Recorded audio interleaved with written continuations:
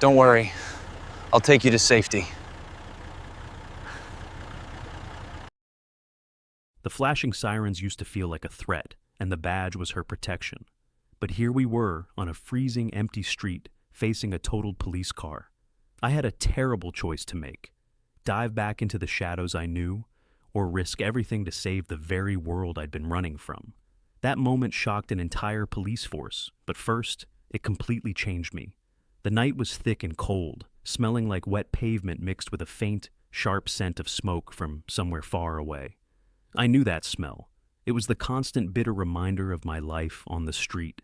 My loyal dog, Boomer, shuffled along quietly beside me.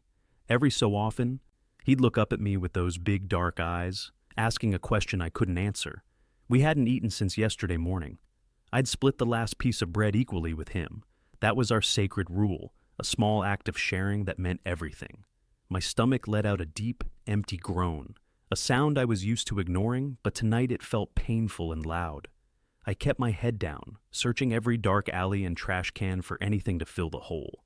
The air felt even colder than usual, a damp chill that cut right through my thin coat and sank into my bones. Rain had been threatening all day, and now a fine mist started to fall. Clinging to my hair, as we walked under a streetlight that flickered weakly, Boomer suddenly stopped. His ears shot up, his body tensed, and a low growl rumbled deep in his chest. It wasn't an angry sound, but a worried warning. I followed his gaze and saw something awful.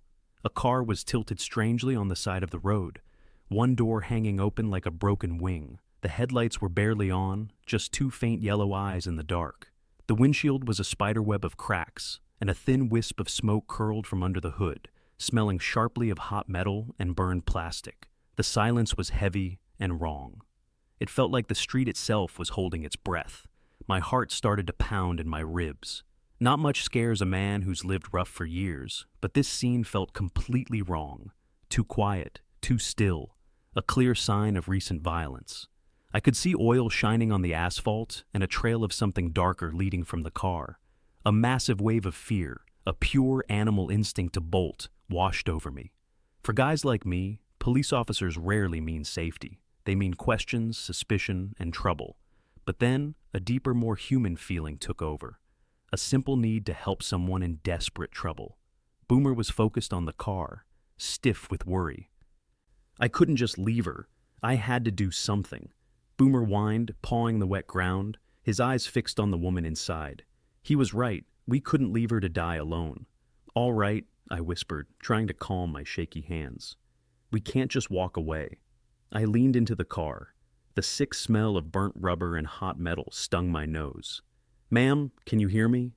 Her eyes fluttered open for just a second, and her lips barely moved. The word was a faint, desperate whisper.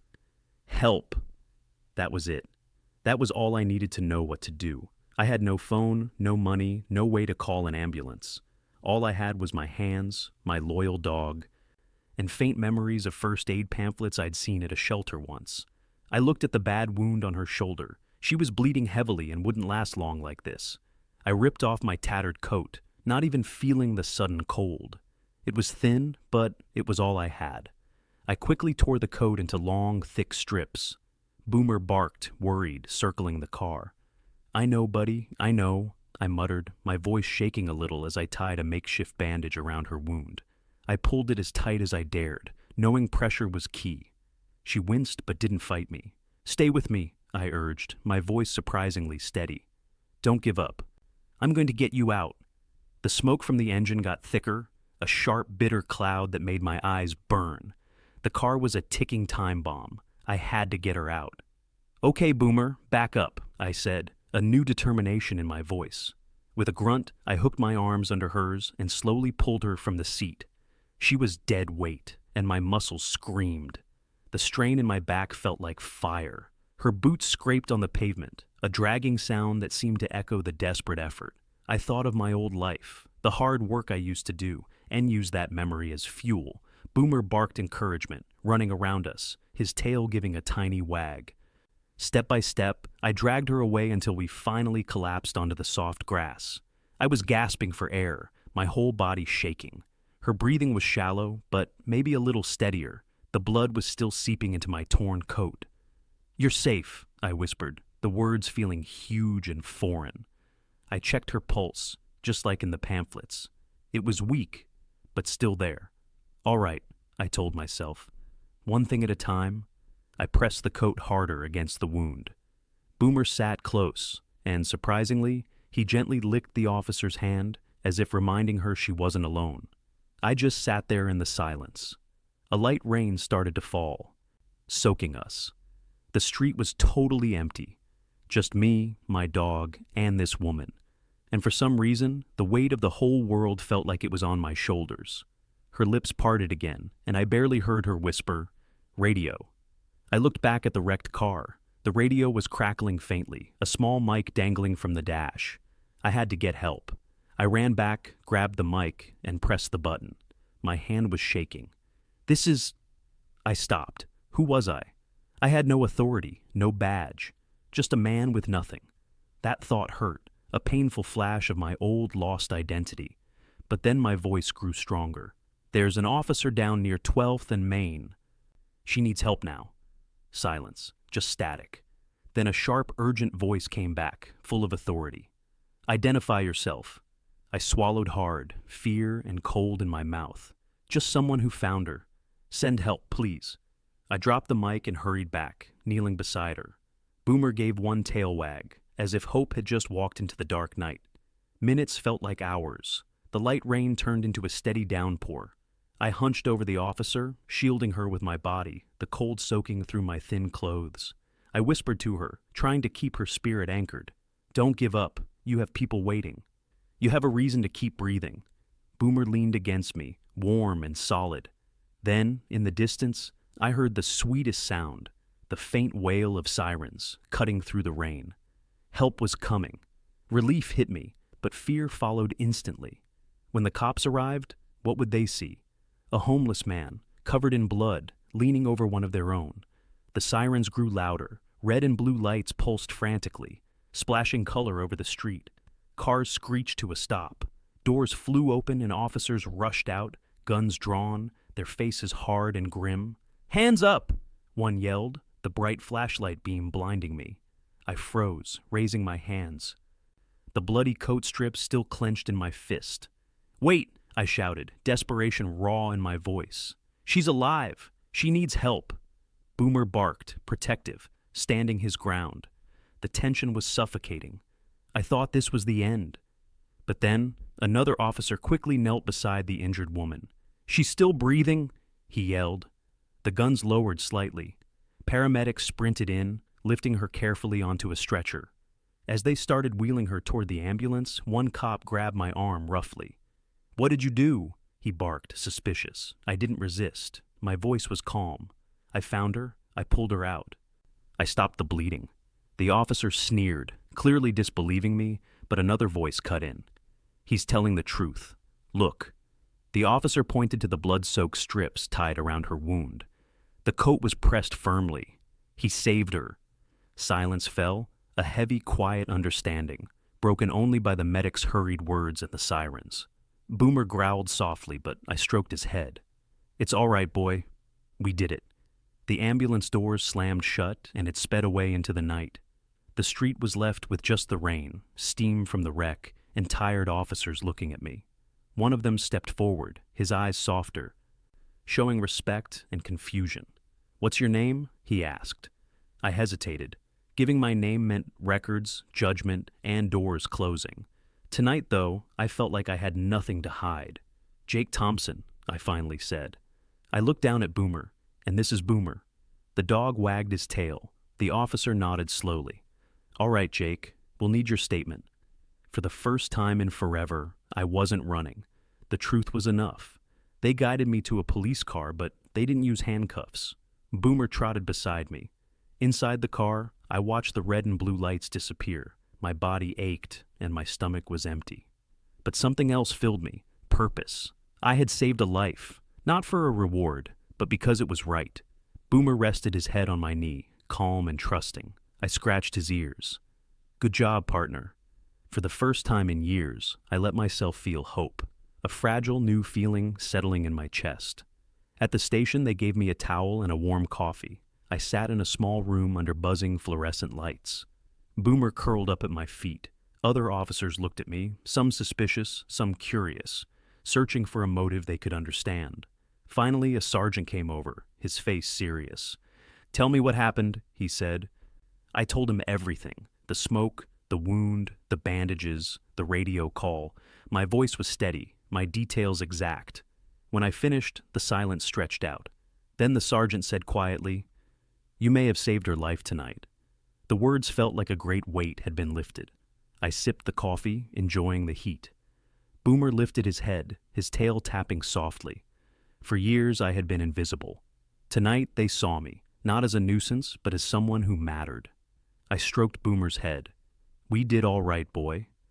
Meanwhile, across the city, doctors fought hard to save the injured officer. Her mind drifted in and out of the fog. But through the pain, she kept hearing my voice. "Stay with me. Don't give up."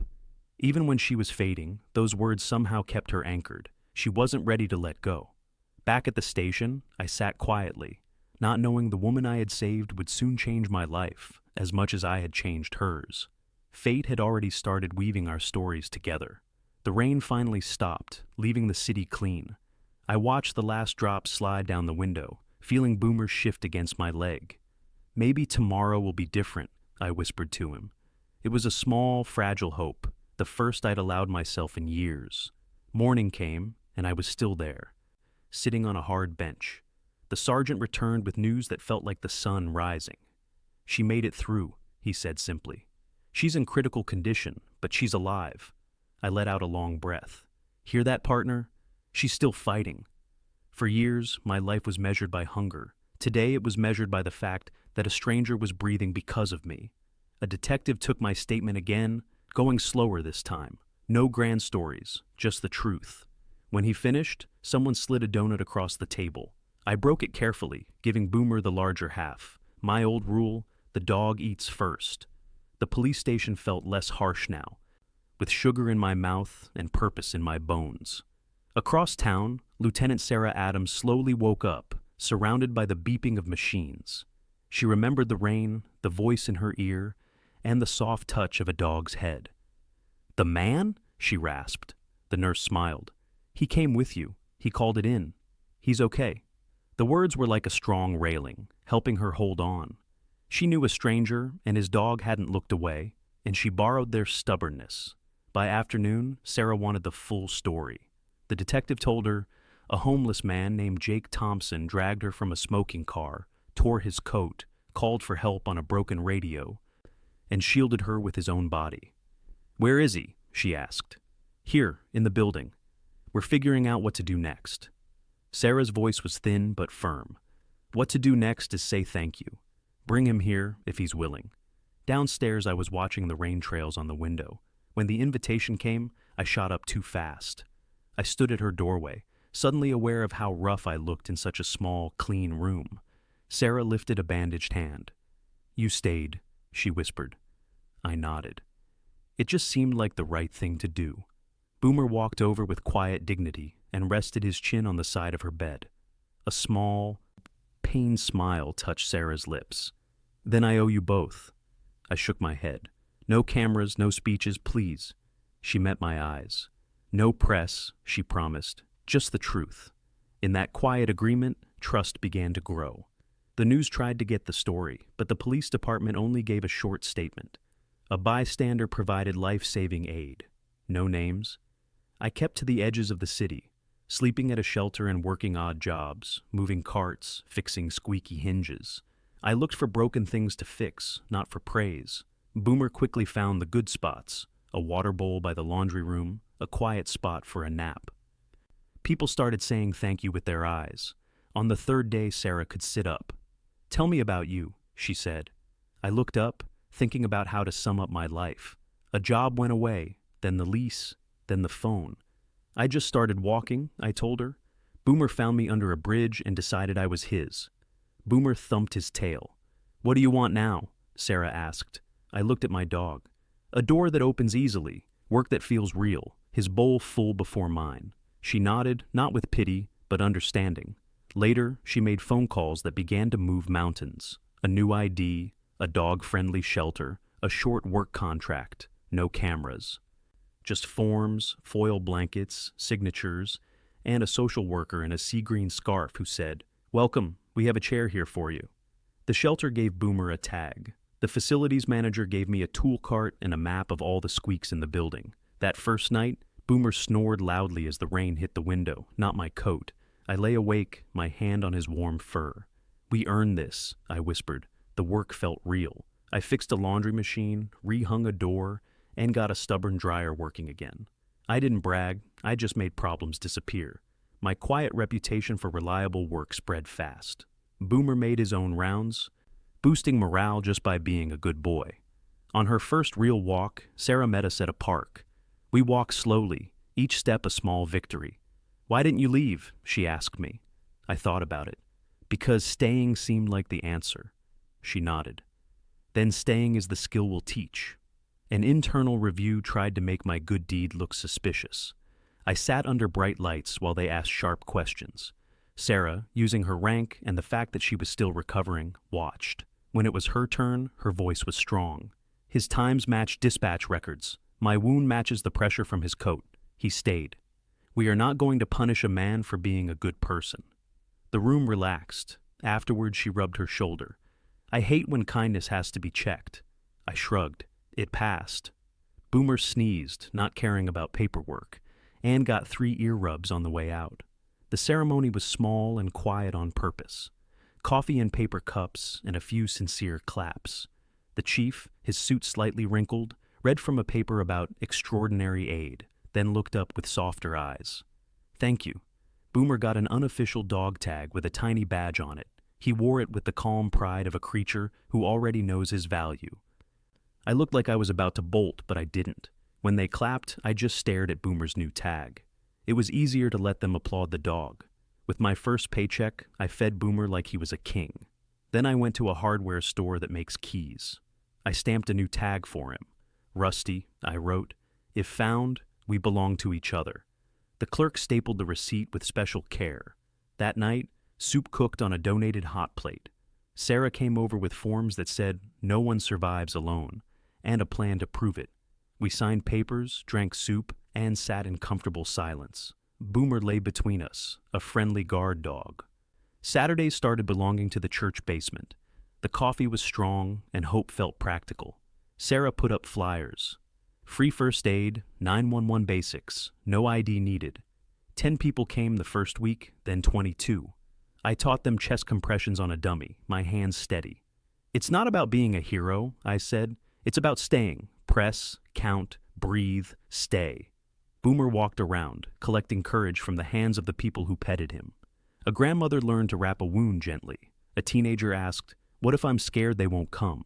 Sarah answered, "We come," and you could tell she meant it. Later, the small group turned into a real program.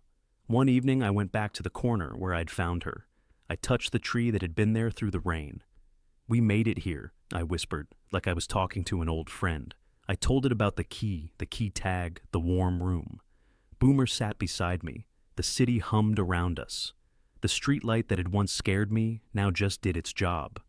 I scratched Boomer's neck and headed back toward a door that opened with a key instead of a struggle. The distance between being outside and being home had finally gotten much, much smaller.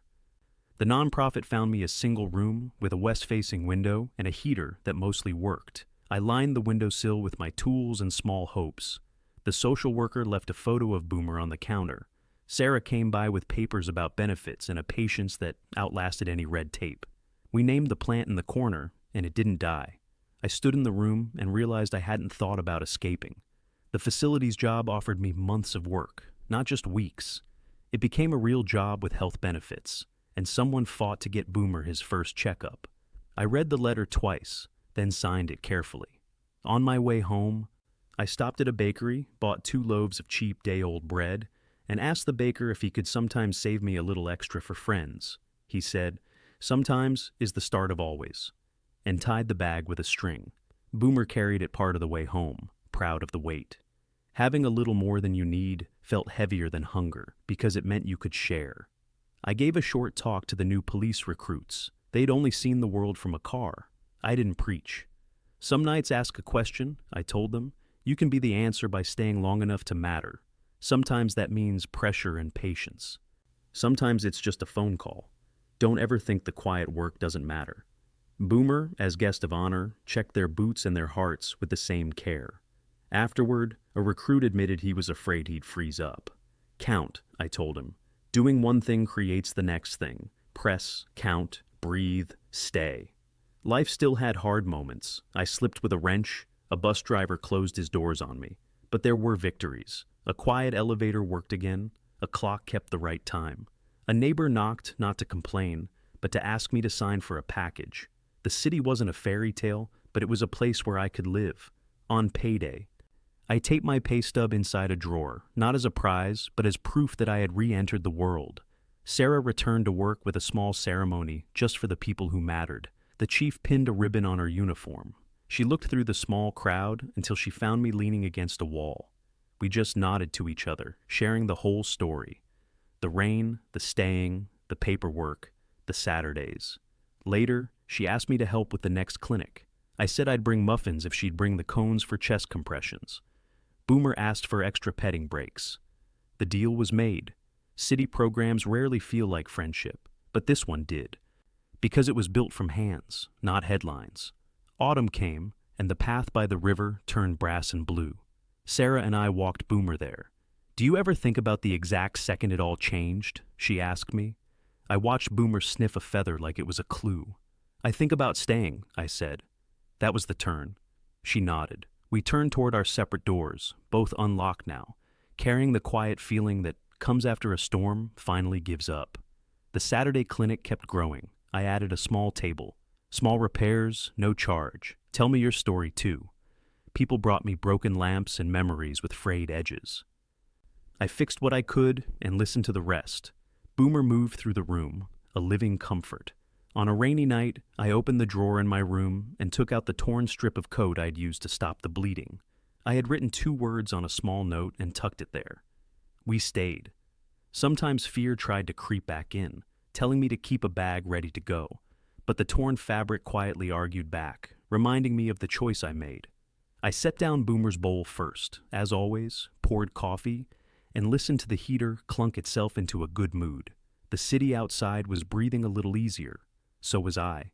Staying, I realized, was my new normal. It wasn't just survival anymore. It was about purpose, community, and building a home with my own hands. I no longer looked for a way out. I finally had a reason to stay.